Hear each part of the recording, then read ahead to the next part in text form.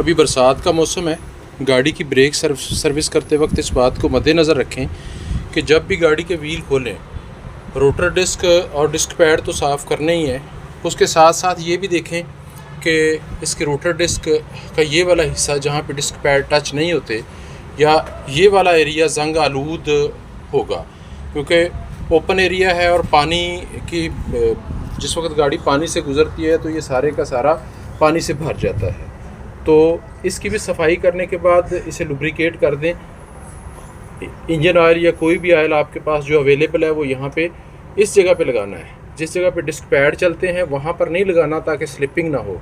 और इसी तरह से ये वाला एरिया जिस जगह पे डिस्क पैड फिट होते हैं वहाँ पर लाक वाली जो जगह है वो भी जंग आलूद हो चुकी होती है, जिसकी वजह से जब ब्रेक पैडल अप्लाई करते हैं तो पैडल छोड़ने पे डिस्क पैड वापस नहीं हटते।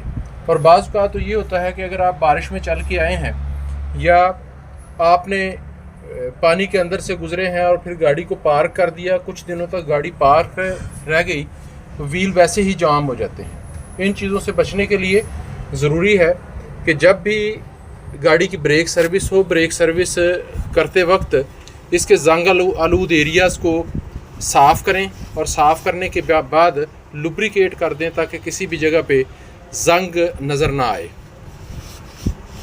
यही चीज़ें रियर व्हील में भी मद्देनज़र रखनी है। सिर्फ फ्रंट व्हील ओपन नहीं होते, रियर व्हील में ड्रम के अंदर पानी चला जाता है और ख़ास तौर पे जब व्हील डिप हो जाते हैं उस वक़्त तो डायरेक्टली पानी ब्रेक शूज़ तक पहुंचा होता है।